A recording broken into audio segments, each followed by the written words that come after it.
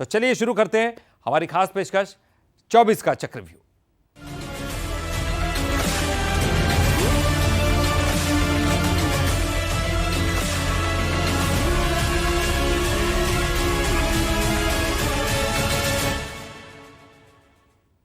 कांग्रेस के नाथ अब कमल दल के साथ आते दिख रहे हैं। कमलनाथ बीजेपी में जाने की अटकलों को खुलकर स्वीकार नहीं कर रहे, ना ही उनकी तरफ से कोई इनकार ही आया है। मतलब साफ है कि कांग्रेस का ये कर्नल बीजेपी का ब्रिगेडियर बनने की राह पर आगे बढ़ चुका है।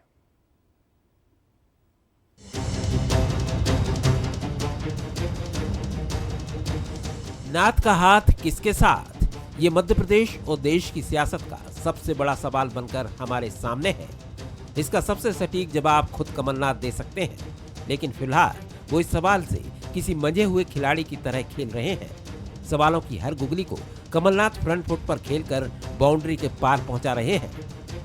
उनके जवाब सियासी अटकलों को विराम देने की जगह हवा दे रहे हैं।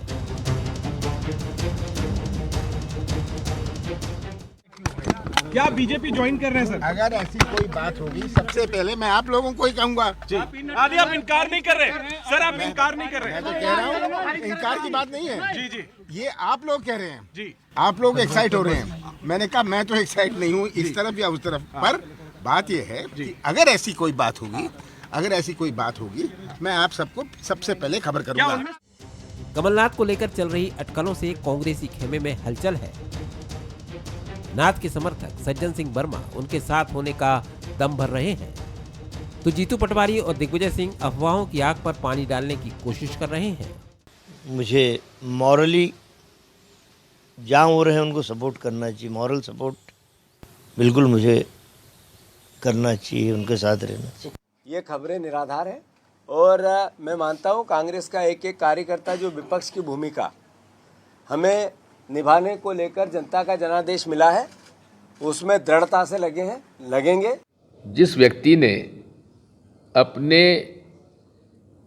राजनीतिक जीवन की शुरुआत नेहरू गांधी परिवार के साथ, उनके पीछे साथ में खड़े होकर उस समय लड़ी थी, पूरी जनता पार्टी और केंद्र की सरकार इंदिरा जी को जेल भेज रही थी। उस आदमी को आप कभी उम्मीद भी कर सकते हो कि ऐसा आदमी कभी कांग्रेस और सोनिया गांधी जी के परिवार को छोड़ के जाएगा, इंदिरा जी के परिवार को छोड़ के जाएगा? आपको उम्मीद भी नहीं करना चाहिए। अब आपको बताते हैं वो कारण जो बन सकते हैं कमलनाथ के कांग्रेस से एग्जिट की वजह।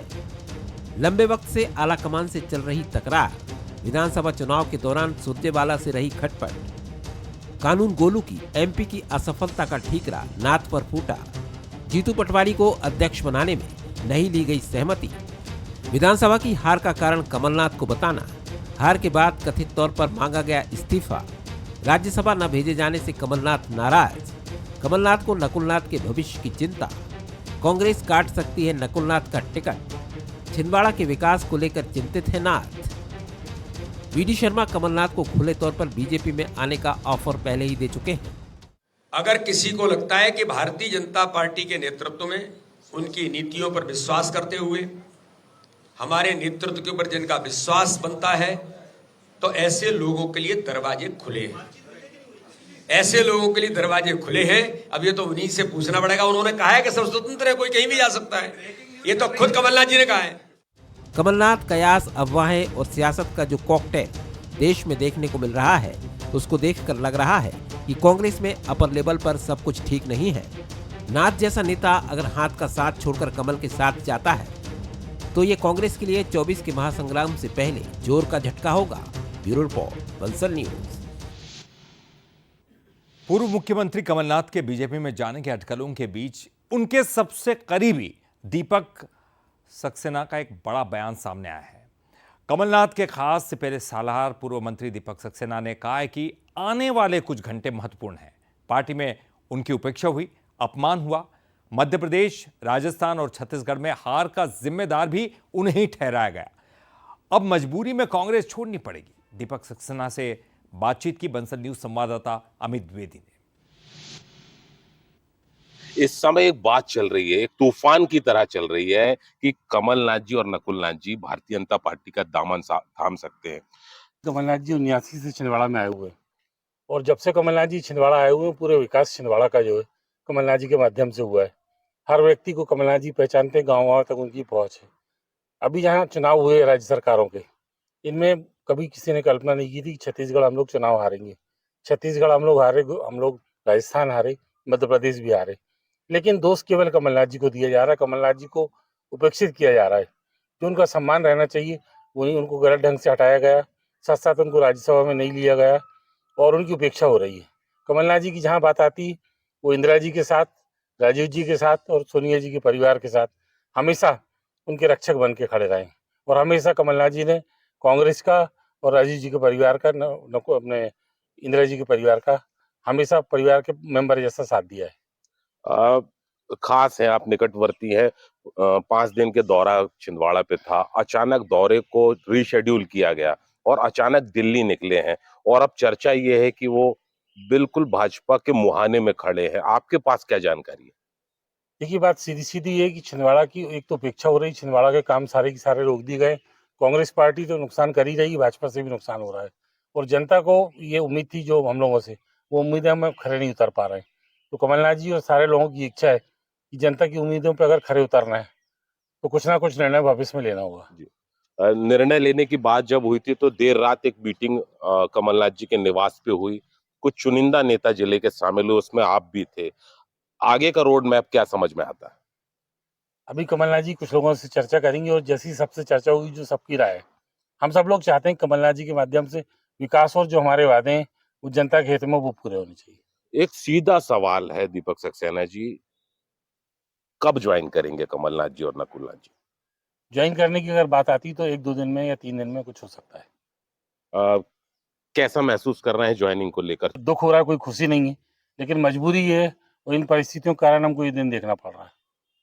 कि 1 या 2 दिन में मध्य प्रदेश की राजनीति में कुछ बड़ा होता नजर आएगा। एक तरह से उन्होंने इशारा कर दिया है कि कमलनाथ और नकुलनाथ भाजपा का दामन थाम सकते हैं। अमित द्विवेदी, बंसल न्यूज, छिंदवाड़ा। छिंदवाड़ा महापौर विक्रम आके ने भी कमलनाथ के बीजेपी में जाने की अटकलों पर बयान दिया। उन्होंने कहा कि हम छिंदवाड़ा के विकास के लिए उनके साथ हैं, हम कमलनाथ और नकुलनाथ के साथ रहेंगे। पूर्व मुख्यमंत्री कमलनाथ और सांसद नकुलनाथ की भाजपा के दामन थामने की खबरों के साथ गहमा गहमी के साथ छिंदवाड़ा महापौर, कांग्रेस के छिंदवाड़ा महापौर हमारे साथ है विक्रम आके जी। विक्रम जी, बंसल न्यूज में आपका स्वागत है। एक बड़ी खबर चल रही है कि देर शाम तक या हो सकता है कल कमलनाथ जी भाजपा का दामन थाम सकते हैं। क्या खबरें हैं आपके पास? बिल्कुल, मीडिया के माध्यम से ही, आप लोगों के माध्यम से ये खबरें आ रही हैं और आने वाले समय में स्थिति क्लियर हो जाएगी कि क्या हो सकता है। मेरे तरफ से अगर इसमें कोई कहना जल्दबाजी होगी, कुछ समय के बाद, कुछ दिनों के बाद स्थिति शायद क्लियर हो। लगातार कांग्रेस के बड़े नेताओं की बैठक हुई, आप भी बैठकों में शामिल रहे हैं। क्या अंदरूनी खानों में क्या चर्चा रही? इस बार का दौरा भी हर बार की तरह माननीय कमलनाथ जी और नकुलनाथ जी का रहा। पार्टी कार्यकर्ताओं से मुलाकात करना, आम जनमानस की भावनाओं को सुनना और उनकी समस्याओं को सुलझाने का काम, लोगों के सुख-दुख में शामिल होने का काम उन्होंने किया। और ये दौरा पिछले दौरों से कोई ऐसा अजीब नहीं था जिससे हम कुछ कयास लगाए जा सकें, या ऐसी कोई चर्चाएँ ऐसी नहीं हुई जिससे इन सब चीज़ों को बल मिले। ऐसा माना जा रहा है कि वो कांग्रेस से अब भाजपा के मुहाने में खड़े हैं। अगर ऐसा होता है तो आपका क्या स्टैंड होगा? देखिए, हम छिंदवाड़ा के विकास के लिए आदरणीय कमलनाथ जी और नकुलनाथ जी के साथ हर परिस्थितियों में उनके साथ खड़े हैं। ये थे विक्रम महाके, जो कि कांग्रेस के मेयर हैं छिंदवाड़ा के, जिनका साफ मानना है कि वो हर परिस्थिति में कमलनाथ जी के साथ हैं, चाहे वो भारतीय जनता पार्टी ज्वाइन करें। अमित द्विवेदी, बंसल न्यूज, छिंदवाड़ा।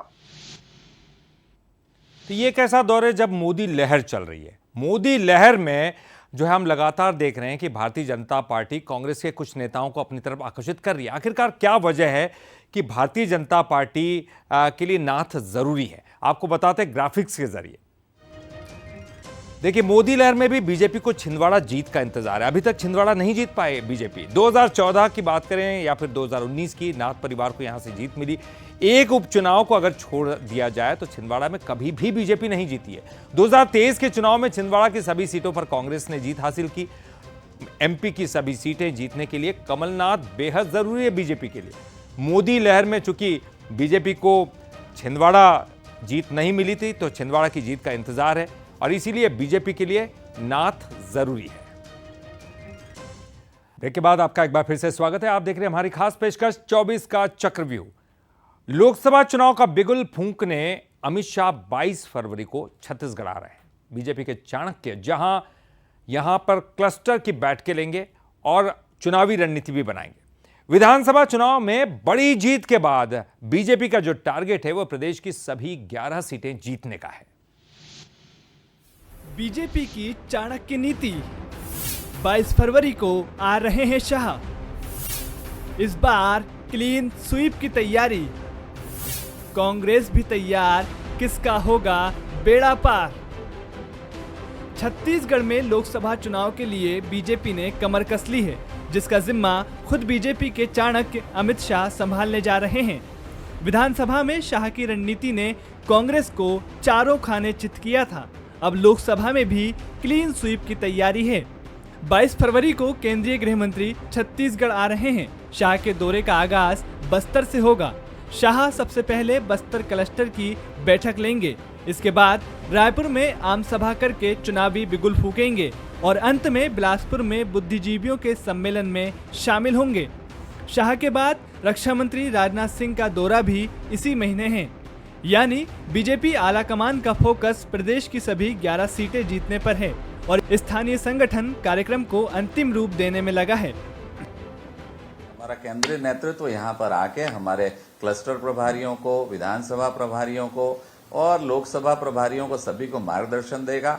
और आप देख रहे हैं कि जो जनता ने विश्वास बढ़ाया है भारतीय जनता पार्टी का, हम आत्मविश्वास से लबरेज हैं और पूरी ताकत के साथ अब की बार 400 पार की लड़ाई लड़ रहे हैं और उसी की तैयारी कर रहे हैं। जनता का पूरा सहयोग भारतीय जनता पार्टी के साथ है। सूबे की राजनीति में गृह मंत्री अमित शाह के दौरे को लेकर सियासत भी शुरू हो गई है।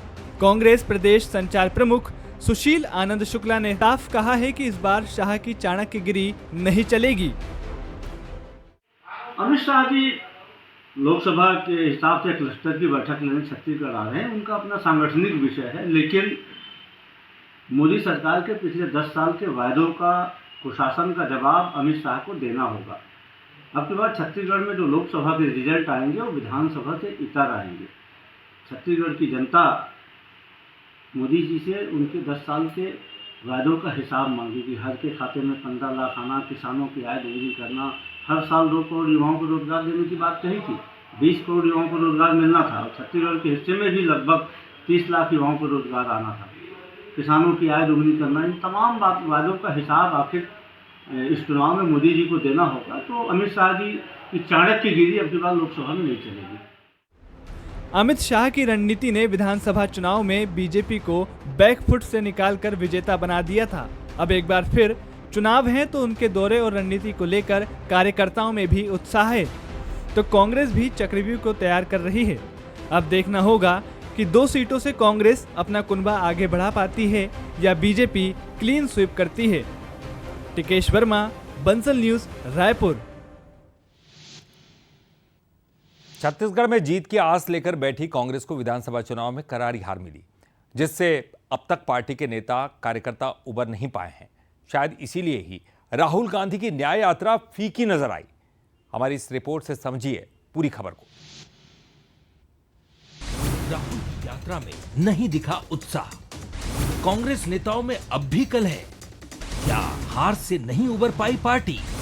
लोकसभा चुनाव में कैसे होगी वापसी? राहुल गांधी लोकसभा चुनाव से पहले भारत जोड़ो न्याय यात्रा निकाल रही हैं, लेकिन छत्तीसगढ़ में अपनी ही पार्टी के नेता इससे दूरी बनाते नजर आए। 8 फरवरी को रायगढ़ से प्रदेश में एंटर हुई इस यात्रा को लेकर कांग्रेस नेताओं में कुछ खास उत्साह देखने को नहीं मिला, जबकि आला कमान ने यहां काफी उत्साह दिखाया। सभा के दौरान कुर्सियां भी खाली नजर आईं।